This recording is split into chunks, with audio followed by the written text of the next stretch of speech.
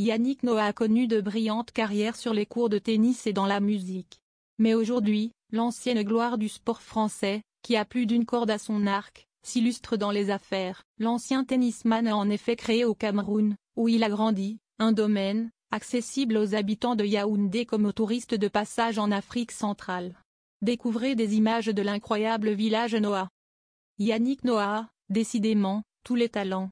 Le sexagénaire fut d'abord un brillant tennisman, et il est encore aujourd'hui le seul Français à avoir remporté un tournoi du Grand Chelem. Il en est en effet le seul tricolore à avoir levé le trophée de Roland-Garros, en 1983.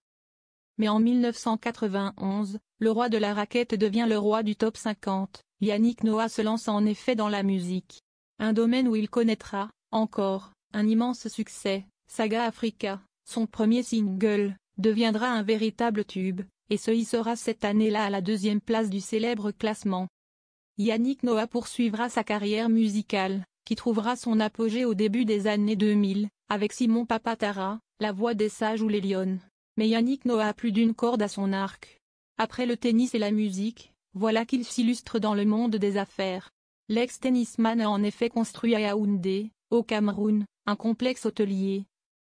Sur les terres du Country Club qu'avait érigé son père Zachary, né dans ce pays d'Afrique centrale, expliquait le journal Jeune Afrique, le 14 mars 2022, le magnifique domaine, baptisé le village Noah, dispose en effet de courts de tennis, évidemment, d'un terrain de basket, souhaité par son fils, Joachim Noah, ex-champion de NBA, d'une piscine, d'un bain thermal, d'un restaurant, d'un bar, où Yannick Noah se produit régulièrement, d'un musée.